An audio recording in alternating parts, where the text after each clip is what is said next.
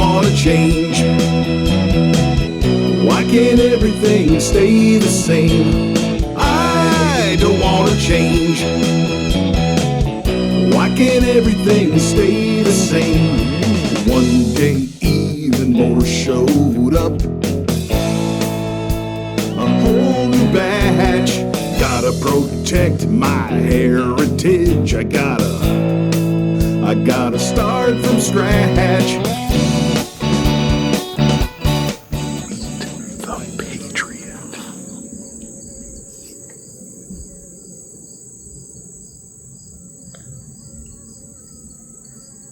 There must not be any corn there. There isn't even any squirrels. Alright, finally a squirrel showed up.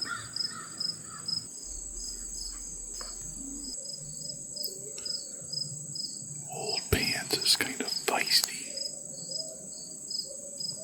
You know, you've been hunting the same location an awful lot when you start to name the squirrels.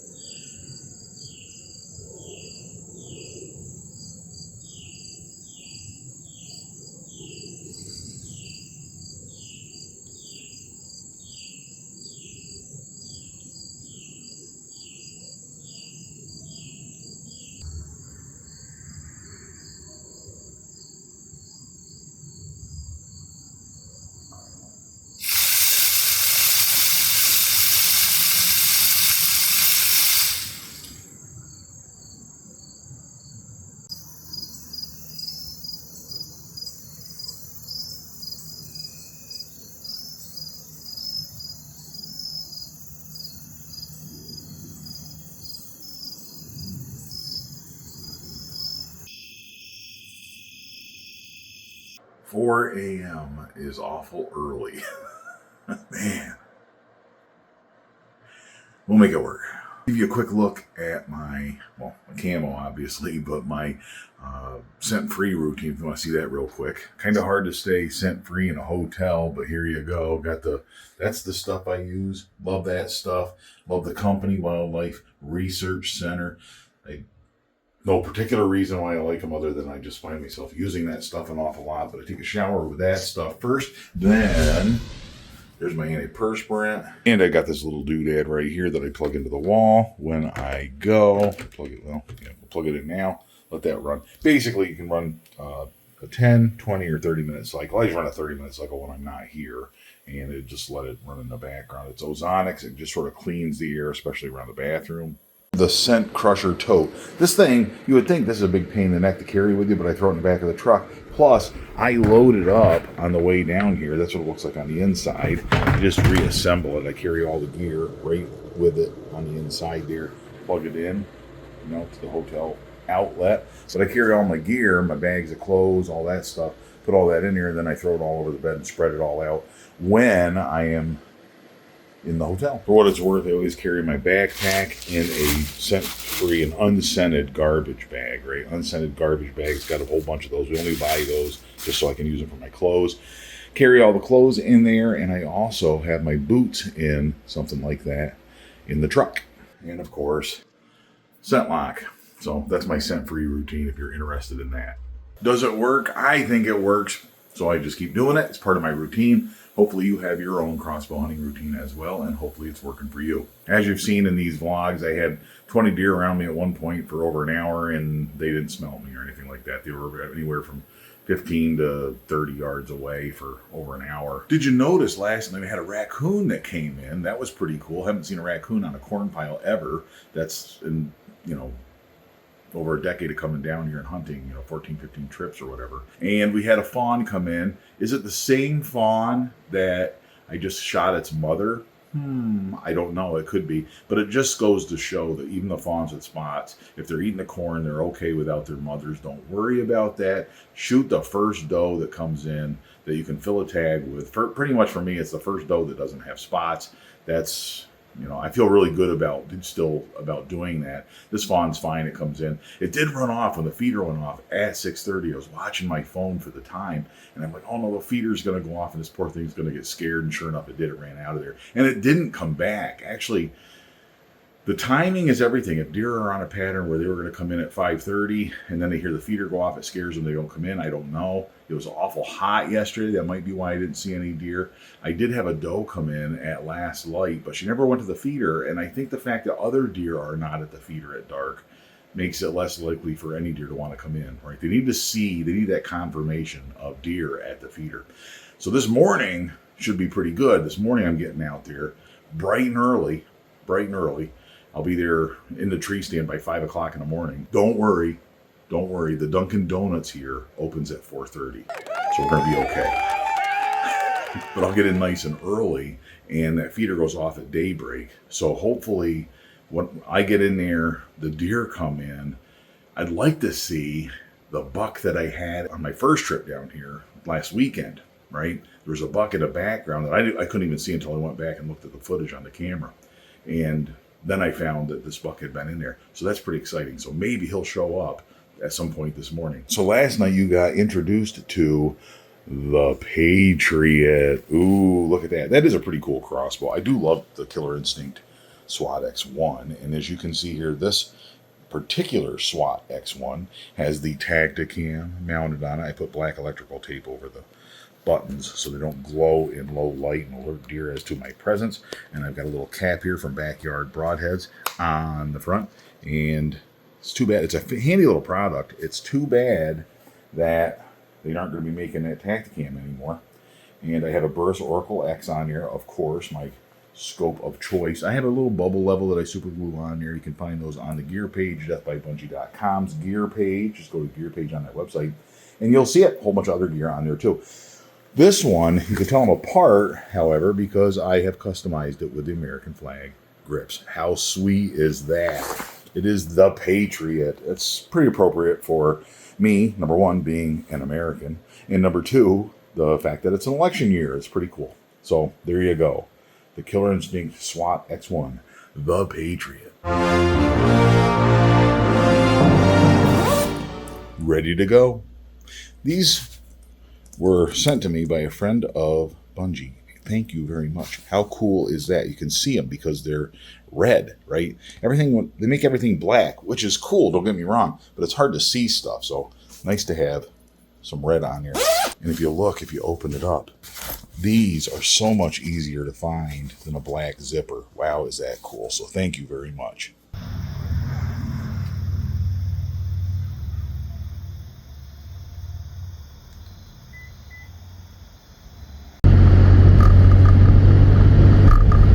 This morning, the Patriot and I will head into the tree stand. At some point, a big buck is going to come in here. We are going to shoot, and we are going to put a 3-inch Swhacker through that deer and out the other side. And we're going to see the Burt Coyote Luminoc light the way. That deer will run off about 40 yards, and then the Patriot and I will go retrieve that deer at our leisure. That is crossbow hunting. Let's make it happen.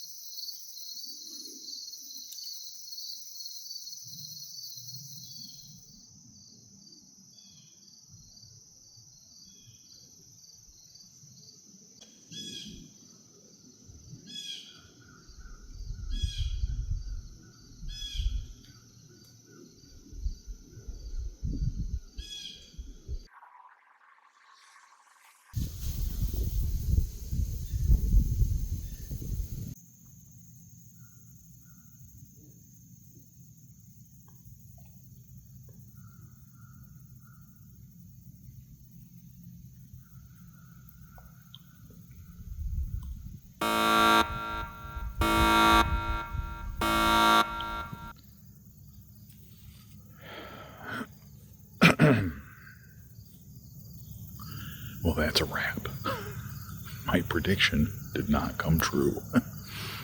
No big bucks. Saw 2 spikes.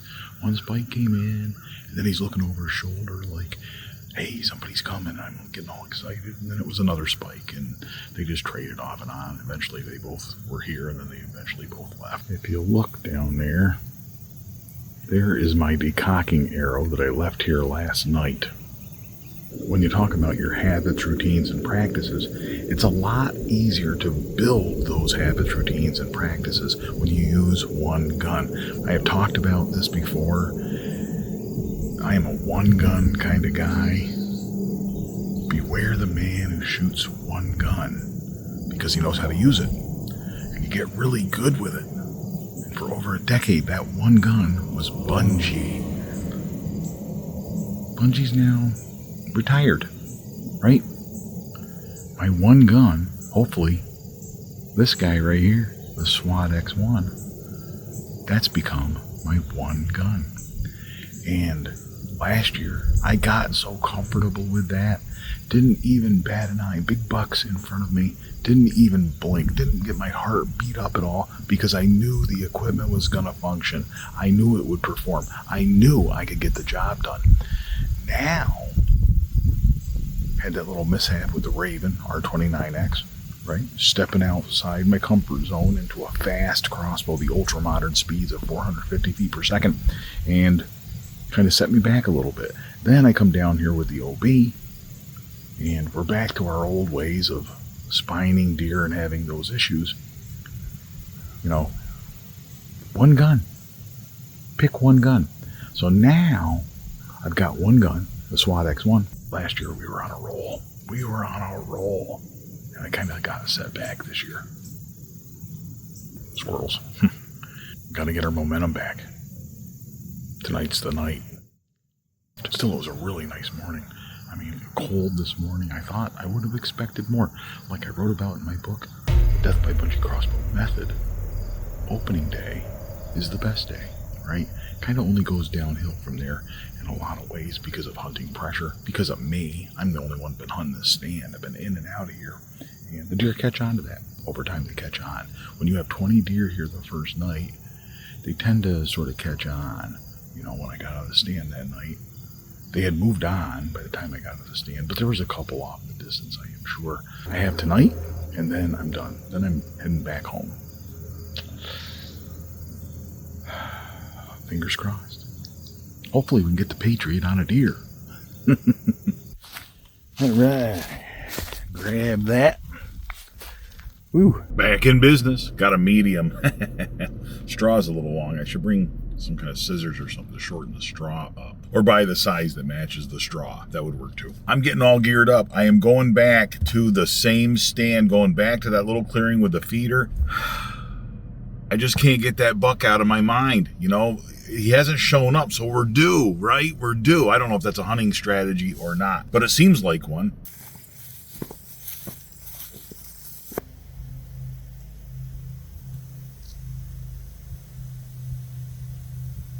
They didn't even move. Another breezy one. I don't like change, but the world won't stay the same. I don't like change, but the world won't stay the same. I don't like change, but the world won't stay the same. I don't like change, I don't like change, but the world won't stay the same. I don't like change, but the world won't stay the same. I don't like change.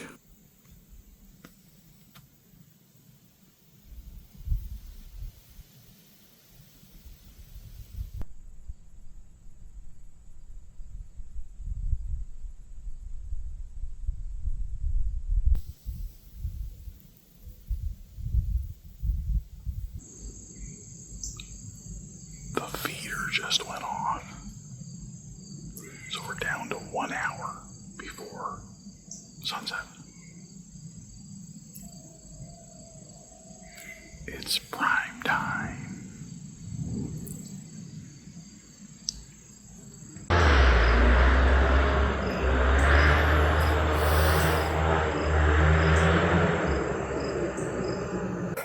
Consolatory pizza. Still looks pretty good though. Today I have the large straw for the large iced coffee, and I'm wearing non-camo. I did not realize I was wearing that shirt, sorry. I'm wearing non-camo because I'm headed home to Pennsylvania. Aww. I know, it's sad. I had a great run here in Maryland, but the second bout was weird. Totally the opposite. The first one I saw way too many deer and didn't have confidence in my equipment, didn't have confidence in my crossbow. This second trip, come back down the second weekend, the following weekend to make up for it with the proper equipment, and the equipment was raring to go. The deer did not cooperate. Is that the curse of Bunjie? I don't know. But last night in the stand, the Spike came in. I was all excited. Spike came in, saw his big body looming around under the trees. That's one of the things I love the most, man. Something looming under the trees, those legs going back and forth, trying to figure out what's out there, what's going on. And then we find out it was that Spike, and he didn't even come in. I think what has happened with this area is the whitetails are just not accustomed to feeders. We talk about deer changing. Deer in lots of parts of the country are accustomed to feeders because they're around them enough, right? It becomes in their DNA. It's in their DNA. Here, that is not the case.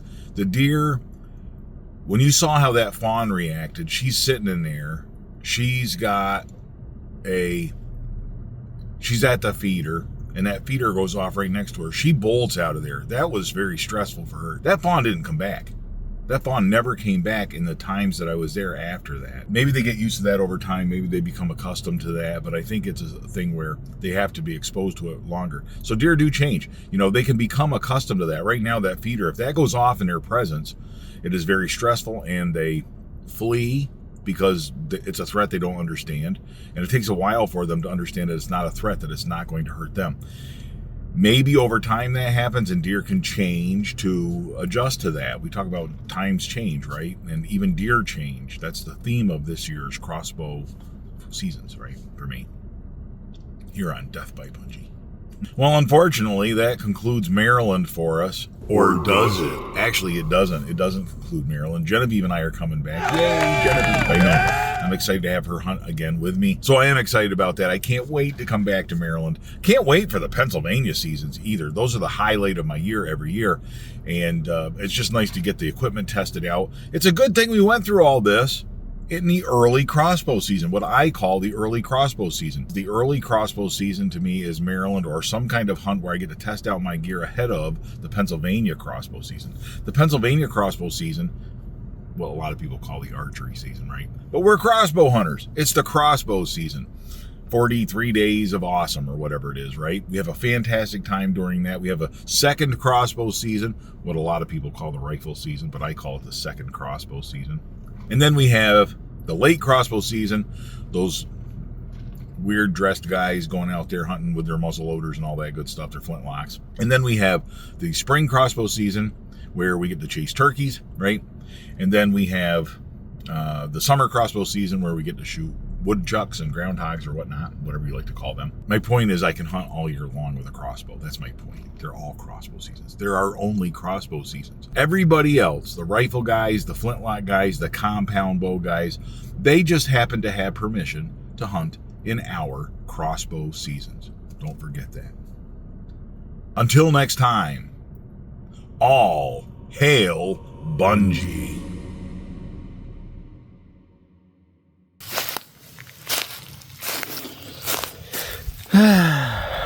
There you are. Still not in the habit of picking this up. One gun.